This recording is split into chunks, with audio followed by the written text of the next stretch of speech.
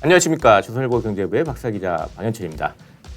코인 파헤치기 본격적으로 시작해 보도록 하겠습니다. 오늘은 알고란의 고란 대표님 나오셨습니다. 안녕하세요. 네, 안녕하세요. 네, 최근 이 코인 시장의 가장 큰 화두라 그러면 이더리움의 머지겠지요?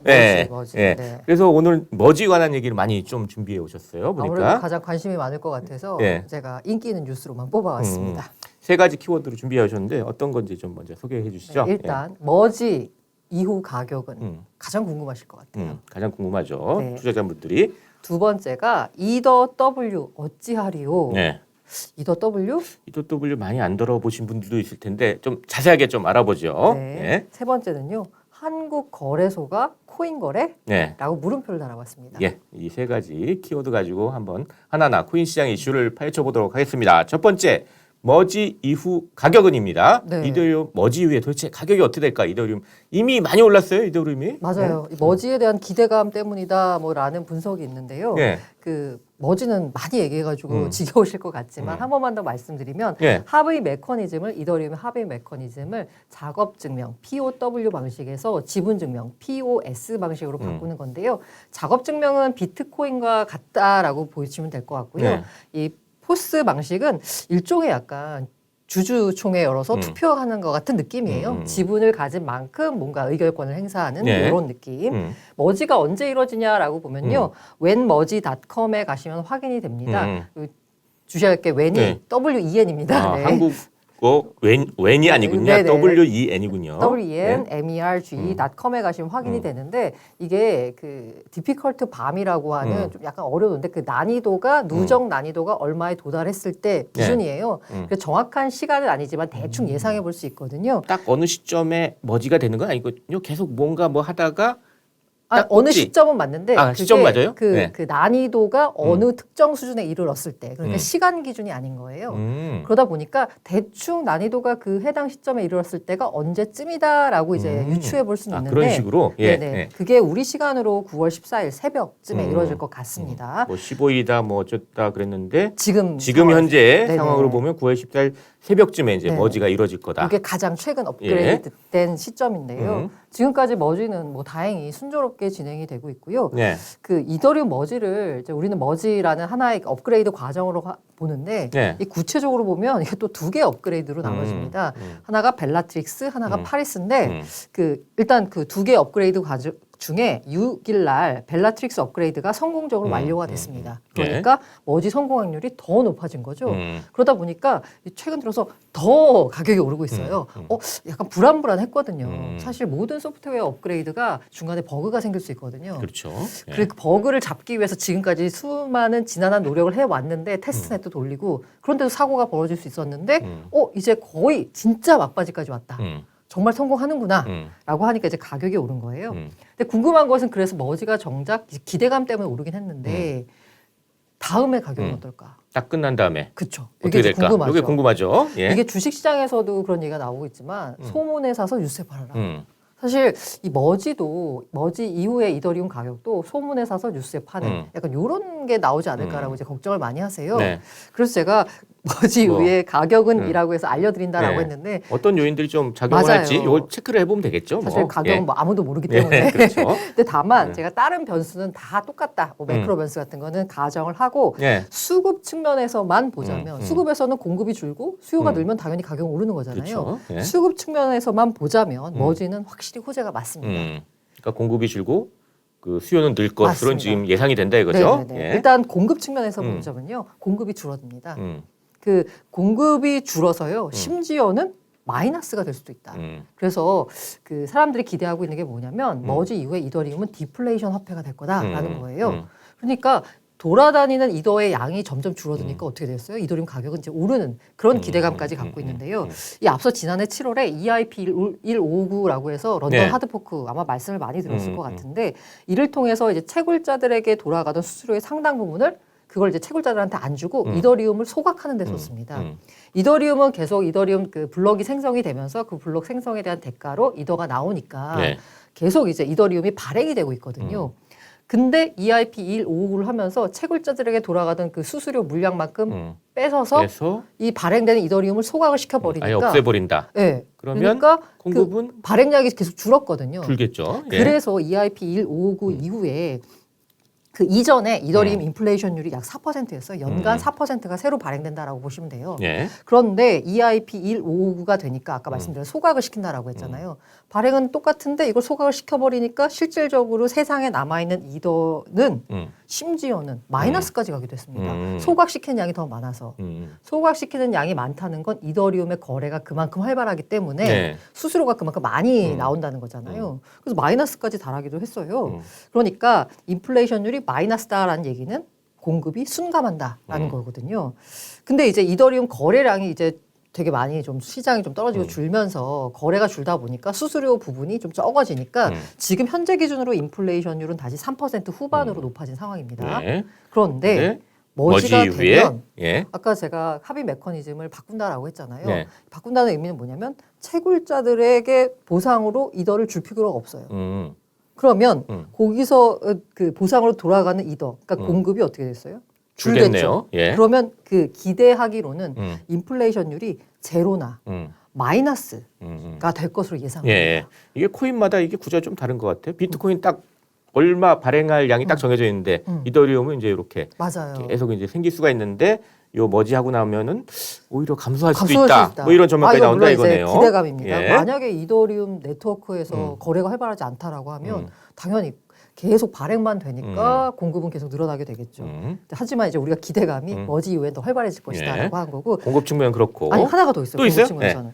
이 채굴자들 같은 경우에는 이더 채굴자들, 뭐 비트 채굴자도 마찬가지고 계속 들고 있을 수가 없어요. 나는 이더리움 가격이 오를 거다라고 채굴자들이 생각하고 있다 손치더라도 일단 채굴하려면 당장 전기세 내야 되잖아요. 그러다 그렇죠. 보니까 캔앤 이더를 팔 수밖에 없습니다. 그러니까 채굴자 구조에서는 채굴자로 돌아가는 이 코인 구조에서는 채굴자들이 채굴한 이더를 주기적으로 시장에 내다 팝니다. 시장에 계속 팔 수밖에 없죠. 그런데 예. 이제 채굴자들은 사라지는 거거든요. 그럼 어떻게 되겠어요? 주기적으로 내다 파는 사람들이 없어지는 거잖아요. 그것도 공급 감소 요인이 되겠군요. 맞습니다. 그래서 이제 공급 측면에서는 이렇게 호재다라는 말씀을 드리고요. 예. 이제 그 다음은 수요. 네, 맞습니다. 수요는 늘어요? 왜? 수요가 는다라는 건데요. 지금 현재 그 이더 2.0에다가 지분 증명 방식으로 바뀌면 거기다 이제 스테이킹을 하게 되면 지분 증명에 참여한 대가로 보상을 주잖아요. 그러니까 스테이킹하면 그 이더를 맡기고서 이제 이자를 받는 거죠. 네네네. 그러니까 뭐 정확히 이자는 아닌데 아무튼 하여튼 이자로 그런 인식이 식으로 되는, 이제 이해를 하면 되는 거죠. 맞습니다. 예. 그 스테이킹 보상률이 현재는 얼마냐라고 보면 약 4%입니다. 음. 그런데 아까 말씀드린 대로 머지 이후에는 지금까지 채굴자들에게 돌아가던 보상을 이제는 안 줘도 되잖아요. 그러다 보니까 그 거래 수수료가 누구한테 가냐? 스테이커들한테 돌아갑니다. 거기 맡긴 사람들한테 네, 돌아간다. 그래서 지금 예상하기로는 지금 맡긴 사람들에 대한 보상률, 뭐 흔히 말하는 이자율이 6.5% 안팎으로 높아진다라는 겁니다. 자, 그럼 이 6.5% 이자 이거 나쁘지 않거든요. 괜찮거든요. 그러면 사람들이 여기다가 맡기면 이자를 6.5% 받으니까 나 여기다 맡겨야지 라고 하는 사람들이 늘어날 거예요. 그런 사람들은 뭐냐? 이더를 시장에서 사서 맡겨야 되는군요. 그러니까 예. 수요가 늘어나는 거고요. 그래서 이제 또 두 번째 요인은 뭐냐면 이거는 조금 길게 봐야 되는 요인이기도 한데 어쨌든 긍정적인 측면에서 보자면 이 크립토를 코인을 투자하고 싶어하는 이제 펀드들이 있을 거예요. 네. 근데 요새 펀드들 그 기관들의 투자 그 철학 중에 하나가 뭐냐면 요새 트렌드가 되고 있는 ESG잖아요. 그러니까 반환경적인 것에 투자하는 건 맞지가 않아요. 그래서 투자하면 안 된다가 일종의 이제 트렌드고요. 그런데 이거는 뭐 사람마다 어쨌든 의견이 갈리긴 하지만 이 작업 증명 방식, 대표적으로 비트코인 같은 건 전기 낭비다라고 생각하는 전기를 많이 쓰게 되죠. 아무래도. 물론 이제 비트코인을 지지하는 사람들 입장에서는 요거에 대한 반대 논리도 있지만 어쨌든 간에 비트코인을 비난하는 사람들 입장에서는 전기 쓸데없이 너무 많이 쓴다라거든요. 그런데 이더리움 같은 경우에도 기존의 이제 작업 증명 방식에서는 똑같이 전기를 좀 많이 쓰는 구조였거든요. 근데 지분 증명으로 전환하면 기존보다 전기 사용량이 99.95%인가? 그러니까 99% 이상이 줄어듭니다. 많이 줄어드네. 네. 확 줄어드네. 많이 줄어드는 게 그래서 아니라. 머지를 말씀드리자면 뭐 뭔가 확장성이 개선되고 뭐 어쩌고 말씀드리잖아요. 근데 머지만 놓고 보면은 그냥 ESG 내러티브입니다. 환경적으로 친환경적으로 좀 바꾸자는 거거든요. 그렇기 때문에 ESG 투자 펀드 같은 경우에는 크립토 투자를 고려한다라고 했을 때 비트코인보다는 오히려 이더리움을 택할 확률이 크거든요. 그래서 ESG 투자 펀드 자금이 또 비트코인 들어올 수 있기 때문에 네. 수요가 이더리움 쪽으로 수급만 보면은 뭐 완전 긍정적으로 보이긴 하는데 전문가들은 어떻게 평가하고 있어요? 그래서 네. 일단 전문가들 사이에서도요 네. 가격 상승을 점치는 이들이 많습니다. 일단 코인데스크 CEO 마이클 케이시 같은 경우에는 이더리움 머지가 아직 이더 가격에 선반영되지 않았다. 그러니까 터오를 거다라는 거거든요. 그리고 센티멘트라는 분석 업체가 있거든요. 여기에서는 이더리움 추가 상승 가능성이 크다라고 했고 시티그룹 우리가 아는 그 시티그룹입니다. 거기서 최근에 보고서가 나왔는데 이더리움 추후 발행량이 89%까지 감소할 것으로 예상되기 때문에 비트코인 경우 반감기 이후에 50일간 가격이 올랐다. 그럼 뭐야? 이더리움도 지금 반감기 비슷한 느낌인 거잖아요. 그러니까 가격이 오를 거다라고 예측하고 있고요. 예. 국내에서는 빗썸 경제연구소가 최근에 보도를 냈는데 그 보고서를 냈는데 예. 머지 이후에 이더리움 매력도가 올라간다라고 했고 비트맥스 여기 창업자 아서 헤이즈라고 시장에서는 굉장히 그 빅마우스거든요. 네. 이분도 계획적으로 머지가 진행이 된다라고 하면 급등할 거다. 저가 매수 기회 잡아라. 라고까지 얘기했습니다. 너무 긍정론만 많은 것 같은데요. 네. 근데 이제 그 부정 전망, 비관 전망은 사실 상대적으로 적긴 합니다. 일단 가장 큰 비관 전망은 머지가 실패하거나 아니면 또 연기될 거다였는데 지금 돌아가는 상황은 예상될 것 같거든요. 9월 14일 날 이제 새벽에 가능성이 상당히 높다. 그래서 이제 긍정 전망이 더 시장에 많은데 어쨌든 이제 비관 전망을 보자면 네트워크를 그 머지가 이더리움 네트워크를 개선하는 건 맞지만 이건 그냥 기술적인 변화에 불과할 뿐이다. 단순 이벤트다. 가격을 올리는 것과는 무관하다라는 식으로 얘기를 했습니다. 자 이렇게 해서 이 시장의 가장 핫한 이슈 이더리움 머지 이후에 가격은 어떻게 될지 한번 여러 가지 그 요인들 한번 분석을 해봤습니다. 이 두 번째 얘기도 사실 이더리움 머지랑 맞아요. 관계된 얘기예요. 또 요 머지 말고 투자자들 사이에서는 그래서 머지를 통한 하드포크 때문에 나오는 이더 W 요거에 관심이 많습니다. 이더 W는 어떻게 해야 되냐? 네, 맞아요. 근데 이거 이게 잘 모르시는 분들도 있을 텐데 맞아요. 한번 좀 제가 얘기를 조금 해보죠. 맥락을 좀 설명을 드리자면 예. 아까 말씀드린 대로 블록체인이 뭐 그냥 쉽게 보자면 소프트웨어잖아요. 소프트웨어는 업그레이드가 필요한 거고 그게 그래서 이제 포크를 통해서 업그레이드를 시키는 겁니다. 그걸 이제 포크라고 불러요. 근데 포크에는 소프트 포크, 그러니까 업그레이드에는 소프트 포크와 하드 포크가 있다라고 생각하시면 되고요. 이 소프트 포크는 그 업그레이드 전과 후에가 호환이 돼요. 그러니까 소프트하게 넘어가는 거죠. 이렇게 업그레이드가. 근데 하드 포크는 전과 후가 호환이 안 됩니다. 여기서 딱 끊기는 거예요. 그리고 이제 그 소프트 포크 같은 경우는 굉장히 자주 일어나고 있어요. 호환이 이제 되고 있으니까. 근데 하드 포크 같은 경우에 근데 이제 문제가 뭐냐면 전과 후가 호환이 안 된다라고 했잖아요. 호환이 안 되기 때문에 하드 포크 이후에 이쪽 방향으로 가겠다라고 하면 이쪽 방향으로 갈 수밖에 없어요. 그런데 사람들이 이게 그 이제 블록체인의 경우에는 탈중앙화잖아요. 주류는 이쪽 방향으로 가겠다고 하는데 비주류가 나 그거 싫은데라고 하는 사람도 있을 수 있잖아요. 싫은데라고 하는 사람들은 근데 소수야. 그렇기 때문에 자기들의 목소리는 묻힐 수밖에 없어요. 보통의 경우에는 이렇게 묻혀가지고 이건 그냥 없어집니다. 없어져요. 이런 소수의 의견은. 그런데 가끔 보면은 이 소수의 의견이 뭔가 힘을 받아가지고 이게 이쪽 방향으로 가자는데 난 싫어. 이쪽 방향으로 갈 거야라고 하면서 여기서 분기가 일어납니다. 체인 분기가. 체인 분기가 이렇게 일어나서 여기가 이제 마치 모양이 이제 몸통은 하나인데 분기가 일어나는 그 모양이 포크를 닮았다. 우리가 먹는 포크. 그래서 이제 포크라고 부르거든요. 그래서 이게 격가지 체인이 이렇게 생기는데 보통 이 격가지 체인은 힘을 못 받기 때문에 그냥 여기서 죽습니다. 그래서 여기 남은 메이저 체인만 살아남는데 가끔 격가지 체인이 힘을 받아요. 이 격가지 체인 쪽에 뭔가 힘 있는 세력들이 붙어서 우리는 체인을 계속 유지시키면서 이 체인의 합의 정신을 이어가겠다라고 할 때요. 그 대표적인 사례가 바로 2017년 9월에 있었던 비트코인 하드포크였는데요. 비트코인을 우리는 이쪽으로 가자라고 메이저 세력은 외쳤어요. 그런데 채굴자들을 중심으로 그거 싫은데 일부가 좀 반대하는 분들이 맞아요. 있었죠. 우리는 블록 크기를 확대할 거야라고 하면서 여기서 분기가 나옵니다. 그게 바로 비트코인 캐시였어요. 그러니까 투자자들이 볼 때는 그냥 별도의 코인이 생긴다 이렇게 맞아요. 이해를 하면 될 것 이 같긴 비트코인 해요. 캐시가 생겼고 이 비트코인 캐시 진영의 당시 그 최고의 채굴 업체인 비트메인의 우지한 쪽이 힘을 실어주면서 비트코인 캐시가 계속 살아남아서 가고 있는 거예요. 그러다가 새로 사람을 가고 있으니까 이 비트코인 캐시라고 새로 생긴 이 코인이 가치를 갖기 시작하는 겁니다. 그래서 이 사람들 입장에서는 아까 말씀드린 대로 코인이 하나 새로 생겼네? 주식으로 치면 주식 배당이 된 느낌인 거예요. 근데 이제 이 머지 이더리움 머지도 이더리움 머지에서도 지금 현재 반대하는 쪽들이 맞아요. 있죠 지금 현재. 지금 현재 아까 제가 말씀드린 합의 메커니즘이 작업 증명에서 지분 증명을 완전히 넘어간다라고 말씀드렸잖아요. 그러면 여기서 가장 손해를 보는 그룹은 그러니까 채굴자들이 맞아요. 원래 뭐 보상 받던 분들이 이제 못 없어지는 받게 거니까. 되고 없어지고 이분들이 이제 반대하는 거죠. 이분들 그러니까. 이제 큰일 났어요. 예, 자기 설비 예. 다 갖춰놨는데. 그래서 이제 다른 코인을 캐는 방법도 있는데 이더리움이라고 하는 게 시가총액 2위의 엄청난 규모의 코인이잖아요. 예. 그러다 보니까 이걸 포기를 못 하겠는 거죠. 그래서 야 그러면 그래 메이저는 지분 증명 방식으로 가지만 우린 이거 포기 못 하겠다라고 해서 여기서 지금 포크를 일으켜가지고 예, 갈라져 나오는 세력이 있는 거죠. 네, 그래서 이 코인의 이름을 그 티커라고 음. 하잖아요. 원래 그 이더리움 코인의 이름은 이더 ETH인데 예. 이게 작업 증명 방식 POW잖아요. 거기서 그래서 W를 붙여가지고 이더 W 코인을 만들겠다라고 하고 있어요. 지금 이게 그래서 이더 W 네. 요 얘기가 이제 나오는 거죠. 네, 맞습니다. 그래서 이제 근데 이제 이 포크가 돼서 이제 나와요. 그러면은 누구한테 이더 W를 주느냐는 요 아까 갈라진 요 시점에 이더를 들고 있는 사람들한테 이더 W를 줄 거예요. 모든 이더리움 가지고 있는 사람이 다 이더 W 받을 수 있는 건가요? 그러면? 그래서 네. 그게 좀 있는데 예.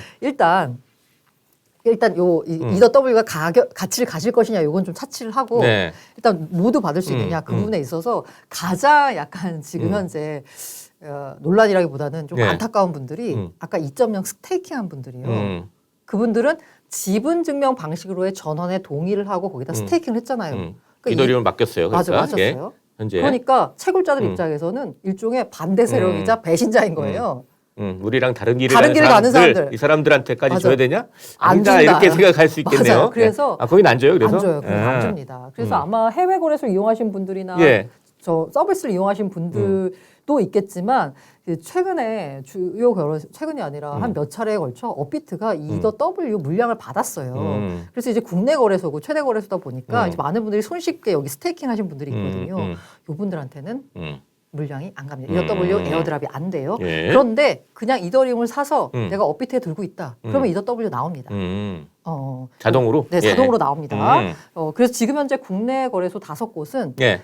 일단은 에어드랍은 지원하겠다. 음. 하지만 요걸 이제 상상할지 말지는 그건 이제 나중에 판단할 여부고 일단은 다 주겠다. 나오기만 하면. 일단 받을 수는 있다. 네, 일단 받을 수 네. 있고요. 그 다음에 이제 그 디파이에 디파이라고 해서 거기다 이제 유동성 공급이라 그래서 예. 그 이더리움을 일종의 거기다 이제 그 맡긴다고 해야 되나? 이제 그 이더리움을 거기 이제 그 있던 돈 뭉치에다가 풀에다가 이제 넣어가지고 일종의 보상을 받는 그 디파이 프로토콜 있잖아요. 네. 거기 맡긴 분들도 못 받습니다. 일단 빼야 돼요. 빼서 내가 갖고 있어야 돼요. 음. 개인 지갑에 들고 있으면 받을 수가 있는데요. 개인 지갑 같은 경우에 이제 어떤 중앙화된 기관이 운영하는 지갑인데 만약에 그 중앙화된 기관에서 우리는 이더 W는 지원하지 않겠다라고 하면 그분들은 또 못 받고요. 근데 대체로 다 줘요.